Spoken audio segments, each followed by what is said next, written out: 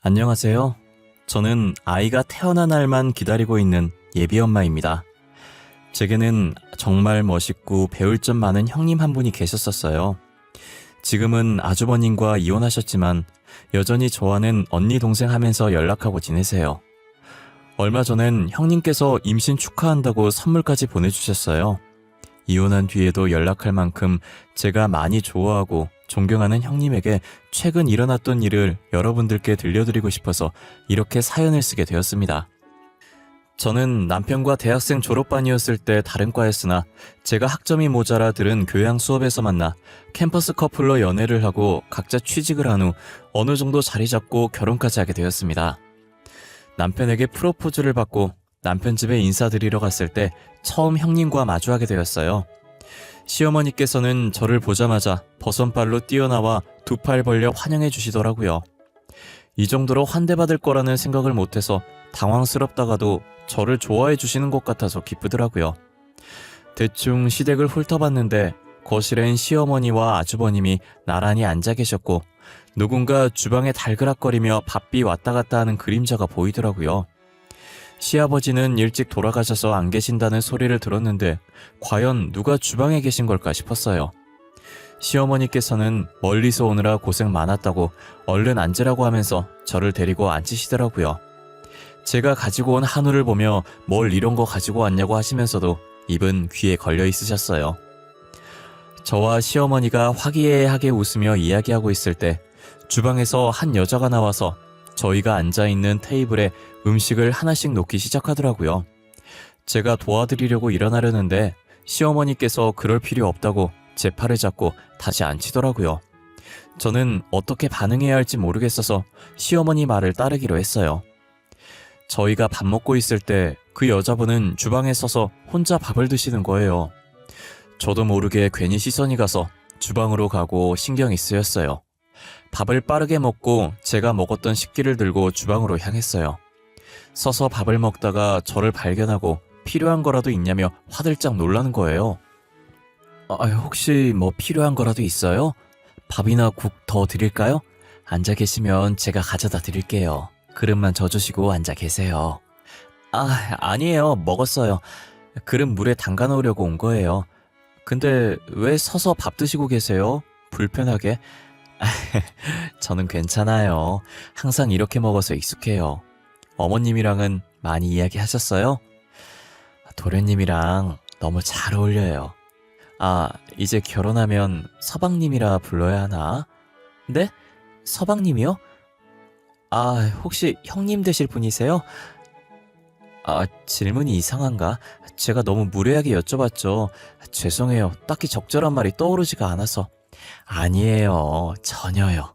앞으로 잘 지내봐요. 조만간 형님 동서 사이 될 텐데 저는 동서 좋은 사람 같아요. 처음 보자마자 느꼈어요. 제가 관상을 좀 볼 줄 알거든요. 주방에서 바삐 움직이던 분이 다름 아닌 제 형님이었어요. 형님이라는 걸 알고 나서 왜 주방에서 서서 밥을 먹고 혼자만 쉬지 않고 움직이는지 의아하더라고요. 하지만 더 물었다간 정말 무례한 행동일 것 같아서 속으로만 생각한 채 형님과 인사를 하고 나왔어요. 남편 집에서 나오는 순간까지도 찝찝한 상태로 계속 있었어요. 저는 집으로 돌아가는 차 안에서 남편에게 슬쩍 물었어요. 오빠, 주방에 계시던 분 말이야. 그분이 형님이시더라? 근데 왜 우리랑 같이 밥을 안 먹는 거야? 아까 혼자서 주방에서 서서 드시던데. 나도 보고 있으면 안쓰러워. 엄마가 형수님 못 잡아먹어서 안달이라니까. 이게 이야기하자면 좀 긴데 형수님 집안이 못 살거든? 잠깐만, 형님 집안 못 산다는 이유로 저렇게 식모처럼 부려먹으신다고? 어쩐지 나를 그렇게 반기시더라. 나 이렇게 집안 보면서 차별하는 거 진짜 싫어하는 거 알지? 알지. 일단 들어봐. 형수님이 혼전 임신을 해서 형이랑 결혼한 거였거든. 집안 보면 반대하고 싶은데 아이 때문에 허락한 거야. 근데 결혼하고 얼마 안 지나서 유산을 한 거지. 형님이 유산을 했다고? 왜? 몸이 안 좋으셨던 거야? 아까 본 것처럼 그렇게 사람을 부려먹는데 몸이 나만 하겠어? 엄마가 유산시킨 거나 마찬가지지. 그 뒤로 구박이 더 심해졌어. 아무래도 애 때문에 결혼 허락한 거니까. 진짜 불쌍해 죽겠어. 아니, 임신한 사람을 부려먹었다고? 오빠한테는 어머님 욕하는 것 같아서 미안하지만 같은 여자로서 참을 수가 없어. 어머님 진짜 너무한 거 아니야? 알고 보니 형수님은 아이를 가지는 바람에 아주버님과 결혼을 하게 되었는데 시어머니께서 시집살이를 시켜서 무거운 짐을 들고 왔다 갔다 하다가 유산을 하게 된 거예요. 가뜩이나 못 사는 집안이라 마음에 안 들었는데 결혼의 원인이었던 아이도 없어지니 시어머니께서는 형님을 무자비하게 구박을 하기 시작한 거죠. 저는 집안도 부유하고 직장도 좋은 곳 다니니 그렇게 버선발로 나와서 환대를 해주신 것이었고요. 잘 사는 저를 며느리로 맞이한 뒤부터는 형님을 괴롭히는 정도가 더 심해졌어요. 저는 친정 아버지께서 해준 신혼집에서 분가를 해서 시집살이를 당하지 않았어요. 시어머니께서는 시댁에 안 와도 된다고 했지만 형님이 걱정돼서 자주 방문하려고 노력했었어요.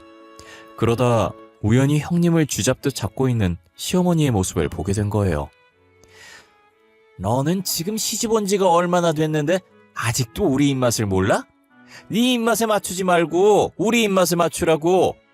내 말 못 알아들어? 어? 죄송해요 어머님. 제가 금방 다시 해올게요.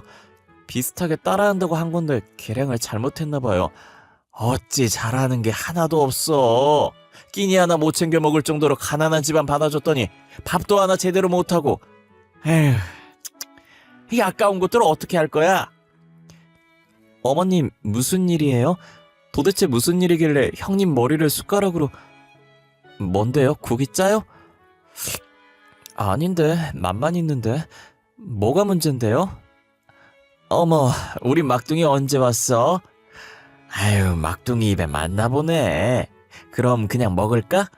공주님은 주방에 들어오는 거 아니에요. 나랑 거실에서 TV나 보자꾸나. 그네, 너는 얼른 빨리 상 차리고.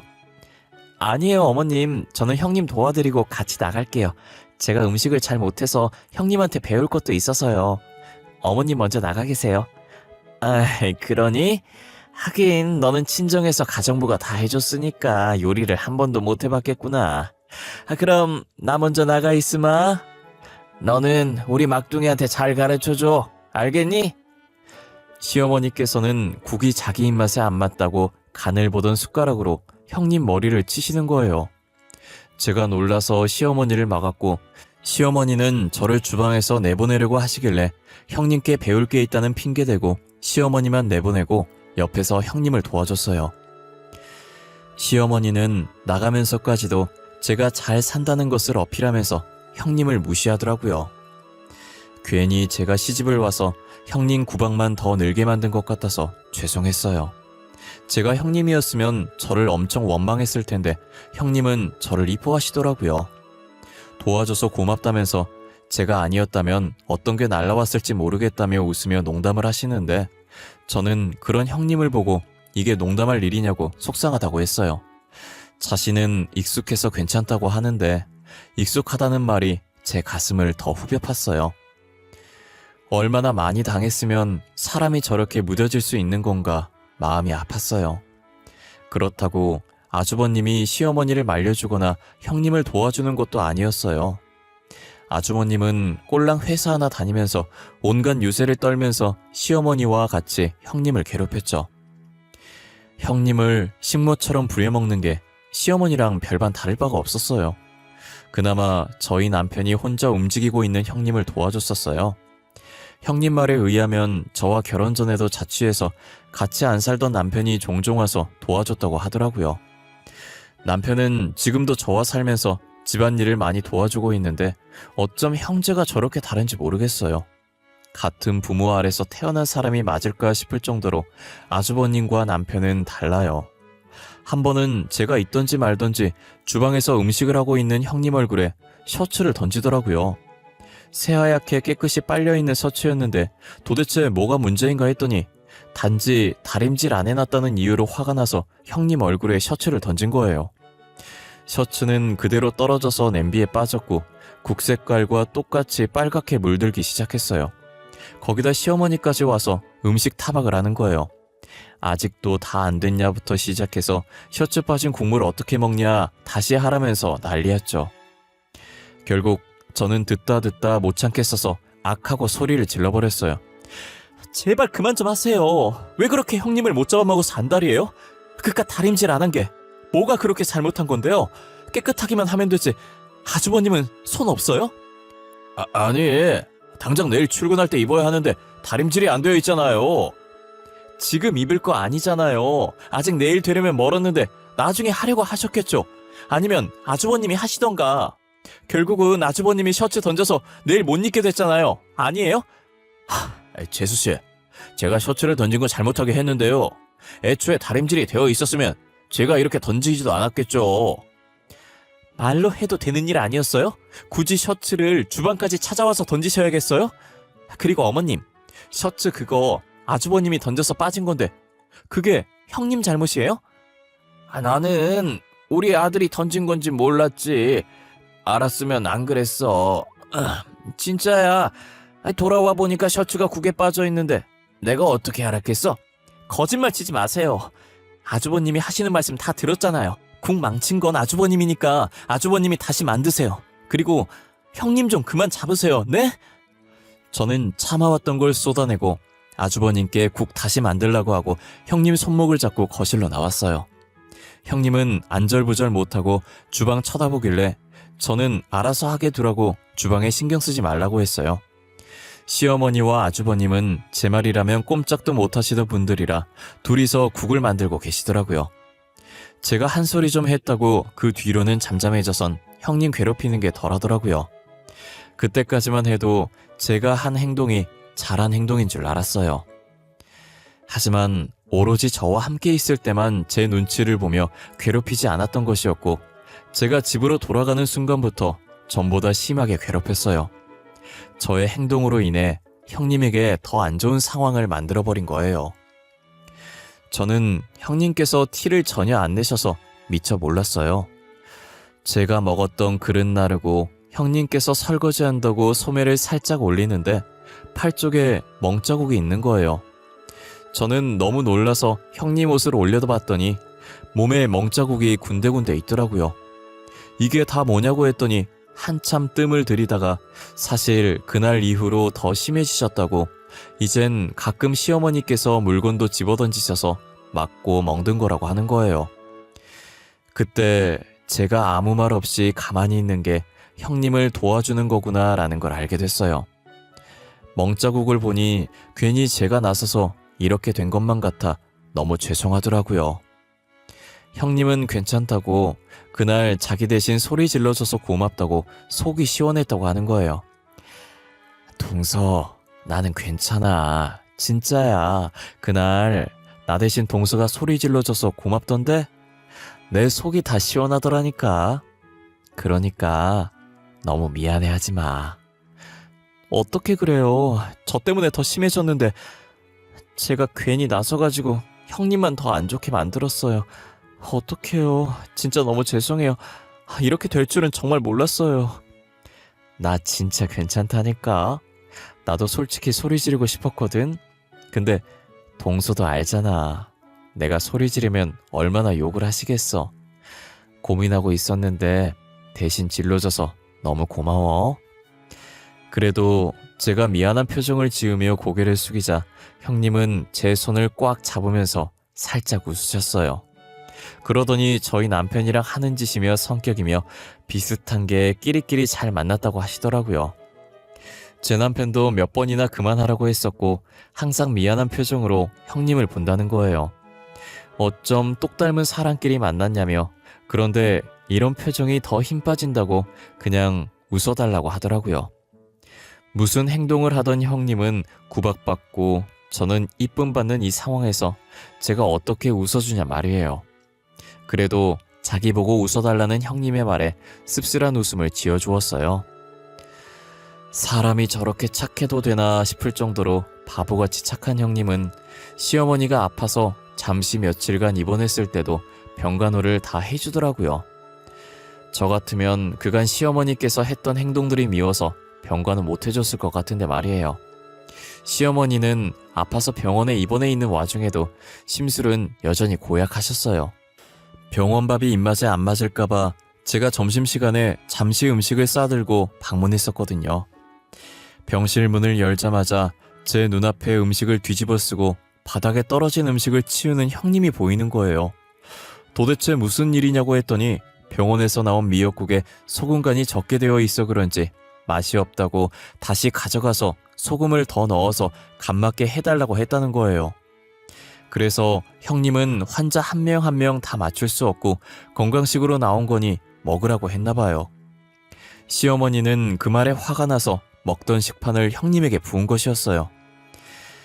식판을 엎은 이유가 어처구니 없다 못해 정말 황당했어요. 병원 음식이 싱겁게 나오는 건 당연한 일인데 그게 형님 탓이 아니잖아요. 형님 말처럼 환자가 한두 명도 아니고 어떻게 한 명 한 명 입맛을 다 신경 쓰냐고요. 계속 참아야지 하다가 결국엔 못 참고 또 시어머니께 화를 냈어요. 그렇다고 이렇게 사람한테 음식을 붓는 몰상식한 행동을 해야겠냐면서요. 시어머니는 할 말을 잃고 어버버 하길래 그대로 형님 손목을 잡고 나왔고 제가 사온 음식도 시어머니한테는 아깝다는 생각에 그냥 같이 들고 나와버렸어요. 이대로 뒀다간 형님이 계속 식판 뒤집었을 것 같아서 제 돈으로 간병인을 고용해서 시어머니가 퇴원할 때까지 형님을 쉬게 했어요.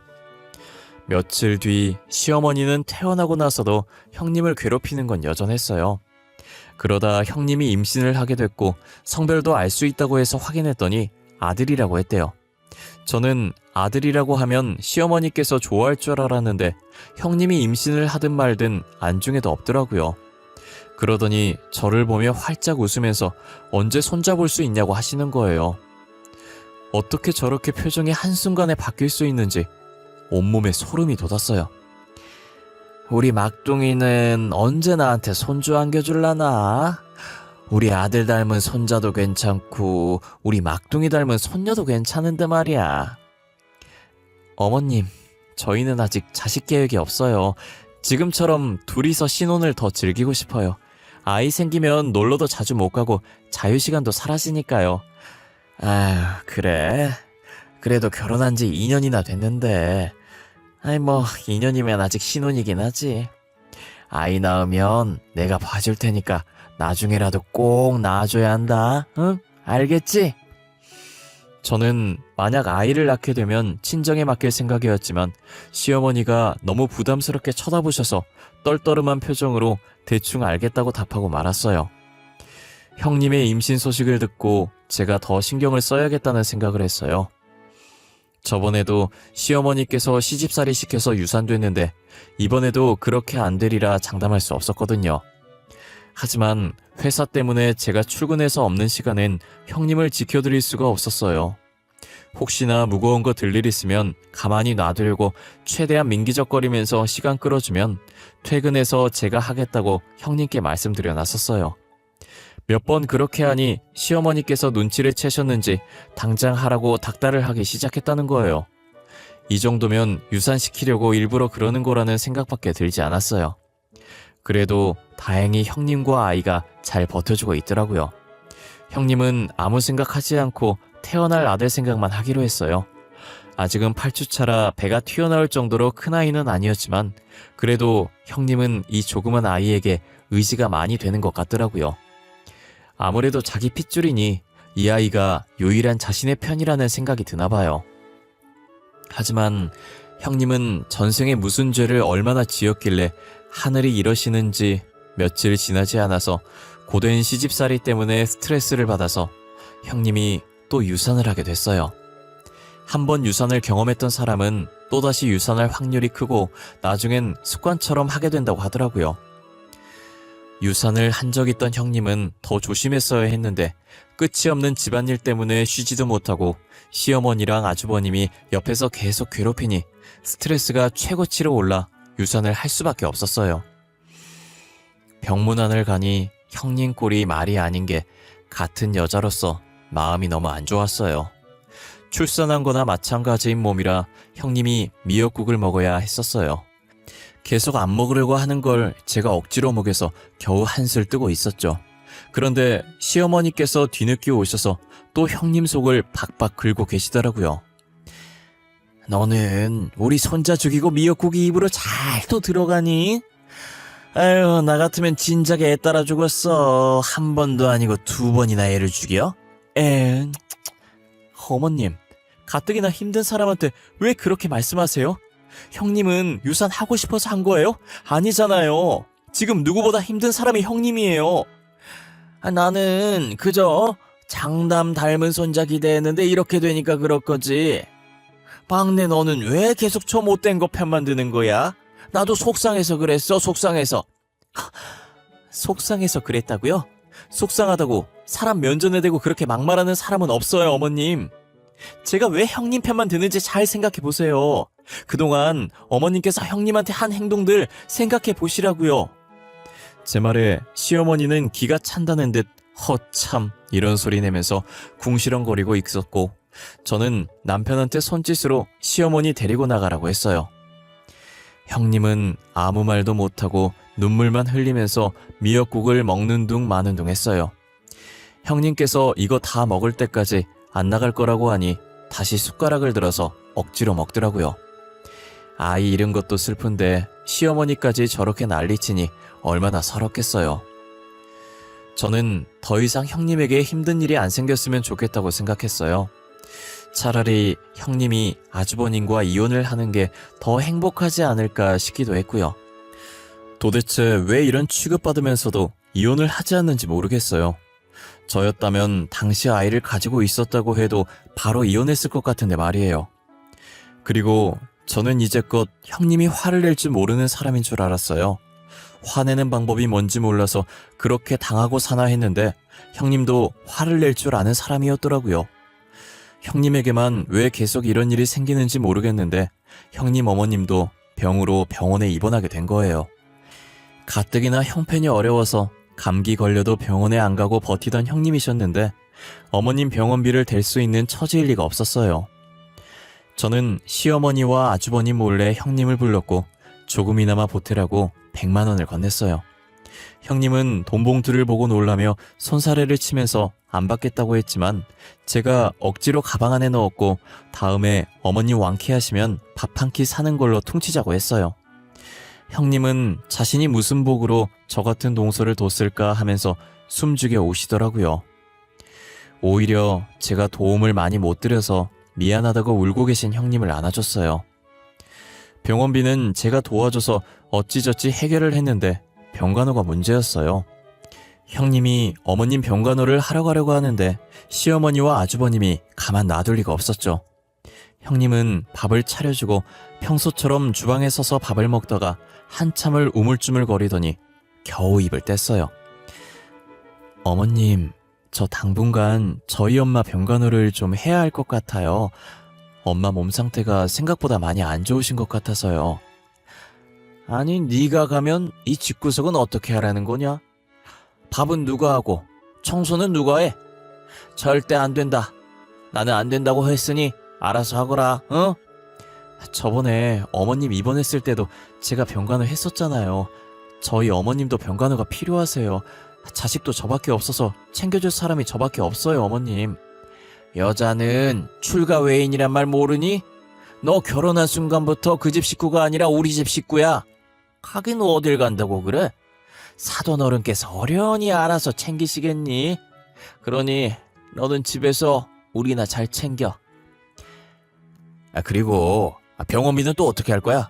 저번에도 너 유산해서 병원비 우리가 냈는데 설마 이번에도 우리가 내야 하는 거냐? 혹시 너 우리 집 돈 다 너네 집 병원비로 축낼 생각이야? 애 2번이나 떨어진 것도 화나는데, 어? 병원비까지 우리가 계속 대줘야 돼? 이래서 가난한 집구석을 받아주는 게 아니었는데. 에이.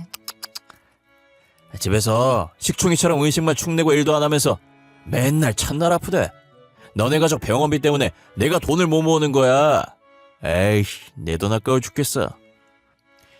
형님의 눈이 붉어지면서 꽉 쥔 손을 부들부들 떨더니 그때였어요. 제가 형님을 말릴 틈도 없이 형님은 아주버님의 뺨을 향해 주먹을 꽂아버렸어요. 그래도 분이 안 풀리는지 아주버님의 양쪽 뺨을 짝 소리나게 계속 내리치더라고요. 저는 너무 놀라서 입을 막고 있었고 남편은 형님을 말리기 바빴어요. 형님은 자신을 말리는 남편의 팔을 뿌리치더니 시뻘개진 눈으로 시어머니를 바라봤어요. 처음 보는 형님의 모습에 시어머니는 자신도 무슨 짓을 당할지 모른다는 생각에 몸을 덜덜 떨고 있었어요. 형님은 천천히 시어머니한테 다가가 앞에 있던 국그릇을 집어들더니 저번에 자신이 병원에서 당했던 대로 시어머니 얼굴에 그대로 국을 부어버렸어요. 어머님, 저한테 똑같이 당해보신 기분이 어때요? 기분 나쁘시죠? 저도 그래요. 나도 지금까지 당신들한테 당하면서 그런 기분이었다고 이제 알겠어요? 이게 진짜 미쳤나? 지금 이게 시애미한테 무슨 짓이야, 어? 왜요? 저는 이렇게 당해온 게 일상이었는데 겨우 한 번 그랬다고 그게 그렇게 기분이 나빠요? 저 도저히 이 집구석에 못 있겠어요. 그러니 이혼하겠습니다. 너 진짜 미친 거 아니야? 이혼? 네가 이혼을 말해? 네가 뭐 잘났다고 이혼을 한대? 이혼을 해도 내 쪽에서 해야지 왜 네가 이혼을 하겠다고 설치냐고! 설쳐서 미안한데 솔직히 너는 뭐가 그렇게 잘나서 큰 소리야? 꼴랑 회사 하나 다니면서 유세는 누가 보면 월급 많은 줄 알겠다? 그리고 내 병원비 어머님이 유산만 안 시켰으면 안 쓸 돈이었어. 쟤 지금 뭐라는 거냐? 내가 유산을 시켰다고? 내가 언제 유산을 시켰다고 그래? 네 몸에 하자가 있으니 2번이나 유산된 거겠지? 어디서 내 핑계야? 어머님, 양심이 있으면 그런 말 하시면 안 되죠. 양심이 없어서 하는 건가? 어머님께서 무거운 거 들라고만 하지 않았어도 애 유산될 일 없었어요. 안 옮겨도 될 가구들을 한날은 여기로 옮기라고 했다가 다른 날은 또 저기로 옮기라고 했다가 쓸데없이 매일같이 가구 위치들을 바꾸라고 해서 그거 들고 다니다가 형님이 유산된 거였어요. 그리고 형님이 유산된 후에 가구를 옮기라는 말을 더 이상 하지 않았다고 하더라고요. 형님의 말이 맞다면 시어머니께서 일부러 유산이 되게끔 무리한 일을 시킨 게 분명했죠. 형님은 평소에도 언제든 이혼할 생각으로 이혼 서류를 작성해 서랍에 두고 계셨는지 안방에 가서 자신의 인적사항만 적혀있는 서류를 들고 나와 아주버님께도 쓰라고 했어요. 아주버님은 절대 이혼 안 해줄 거라며 쓸 수 없다고 버티셨고 저는 형님을 도와드리기 위해 아주버님이 계속 그렇게 나오면 제가 대신 이혼 소송을 준비해 주겠다고 했어요. 저는 시어머니가 형님께 물건 던져서 생긴 멍자국도 다 찍어뒀다고 그 사진을 증거로 제출해서 폭행까지 엮어 이를 더 키워보겠다고 했죠. 아주버님은 어쩔 수 없이 이혼 서류에 도장을 찍어야 했고 합의 이혼으로 마무리를 했어요. 그렇게 형님과 저도 남남이 되었고 남편도 진절머리가 나서 시댁과 완전히 연을 끊어버렸어요. 형님은 여전히 저를 이뻐하셨고 저희 부부와는 계속 연락을 하며 지냈어요. 제가 계속 형님이라고 부르니 자신은 더 이상 형님이 아니라며 언니 동생 하자고 하더라고요. 저는 뭐든 좋다고 그렇게 하자고 했고 지금은 전보다 훨씬 더 가까운 사이가 됐어요. 형님이 무엇을 하든 남편과 같이 응원해주고 있어요. 형님은 일을 하고 싶어 했는데 아무래도 시댁에서 집안일 하느라 경력이 없어서 이력서를 넣어도 받아주는 곳이 없더라고요. 그래서 저희 아버지께 부탁을 드려서 형님을 고용해보는 게 어떠냐고 했어요. 평소에도 되게 꼼꼼해서 일을 잘할 거라고 하니 아버지는 저를 믿고 형님을 회사로 불렀어요. 경력이 없다 보니 제일 밑바닥부터 시작하게 됐지만 형님은 그거라도 어디냐고 고맙다고 했어요. 형님은 정말 보잘것없는 조그만 일이라도 감사한 마음으로 했어요. 어떤 일이든 마다하지 않고 꼼꼼하게 실수 없이 해내서 아버지와 다른 직원들이 좋아했어요. 형님이 열심히 하니 금방 정직원도 됐고 자리도 하나 생겼어요. 저는 형님이 빠르게 성장하는 모습을 보니 괜히 뿌듯하더라고요. 형님은 저 덕분에 회사에 들어오게 된 건데 제 얼굴에 먹칠할 수 없어서 더 열심히 했다고 하더라고요. 저는 형님이 그 마음 변치 않고 앞으로도 지금처럼 열심히 일하면서 잡생각하지 않고 계속해서 꽃길만 걸었으면 하는 생각이 들어요. 그리고 시댁 식구들도 자신이 그동안 무엇을 잘못했는지 뼈저리게 느꼈으면 좋겠네요. 지금까지 저의 긴 이야기를 들어주셔서 감사합니다. 여러분들은 시어머니처럼 행동하지 마시고 늘 주변 사람들과 행복한 나날들을 보냈으면 좋겠습니다. 그러면 이만 마치겠습니다. 감사합니다. 오늘도 좋은 하루 보내세요.